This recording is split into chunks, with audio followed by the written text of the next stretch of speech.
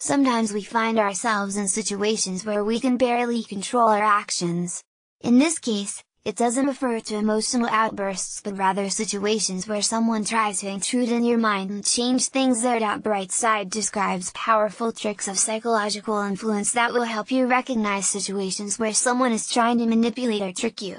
Now that you know them, you'll be able to avoid any mind trap. The urge to be part of a community is an essential primitive need. Hotel booking websites very often use this trick. When they notify people, the following phrases are most commonly used: only one room left, the same room has just been booked, 2 people are watching this ad now. In 90% of the situations, it's a trick. The main task of any manipulator is to put you into an illusory environment so that you won't notice the manipulation but perceive it as a set of circumstances. For example, if you need to fire someone, first you'll show that he's a bad worker. Dismissal would seem natural if the work is done badly. Don't get caught up in it. Evaluate your work performance from the side. Leo Tolstoy once said, "All happy families are alike, each unhappy family is unhappy in its own way."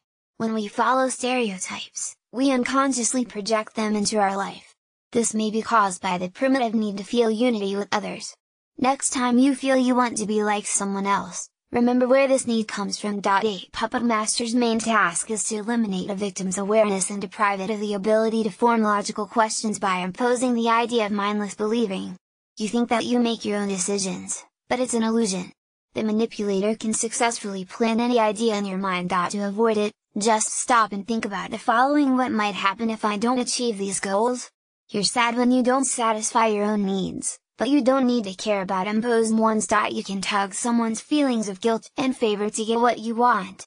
They are most likely to agree to a second, more reasonable request in comparison to a big one you asked for first. Moreover, they might feel obliged and pleased when they help you. In this case, you need to understand that when someone makes you a favor, just a thank you might be enough. You don't have to pay back every good deed that was done for you. When we use special terminology, we intentionally make our opponent's intellectual status lower. The opponent might feel severe discomfort due to his own incompetence.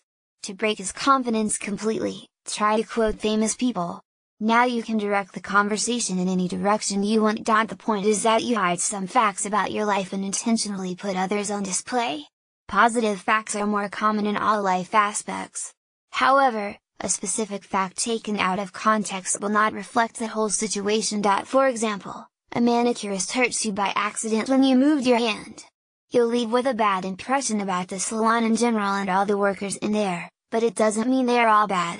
Sometimes we don't have time to weigh all the pros and cons, and so we agree to do something crazy.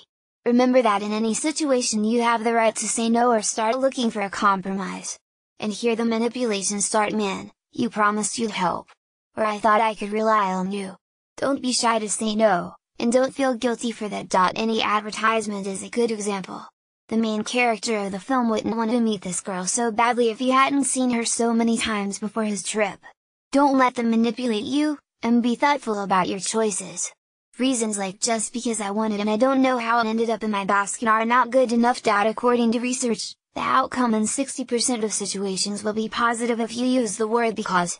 It doesn't matter what follows this keyword because it sounds very reasonable itself. That is why we are inclined to agree with opponents more often. Try to listen attentively to the arguments that follow because it is important. You now know everything about mental tricks and traps and how to avoid them. No matter what your future goal might be, you can choose between these 2: use tricks or achieve it yourself. If you think closely, it's much more satisfying when you don't mess with people's feelings using tricks. We think it's important to have a firm point of view and not rush between many options. Sometimes we find ourselves in situations where we can barely control our actions. In this case, it doesn't refer to emotional outbursts but rather situations where someone tries to intrude in your mind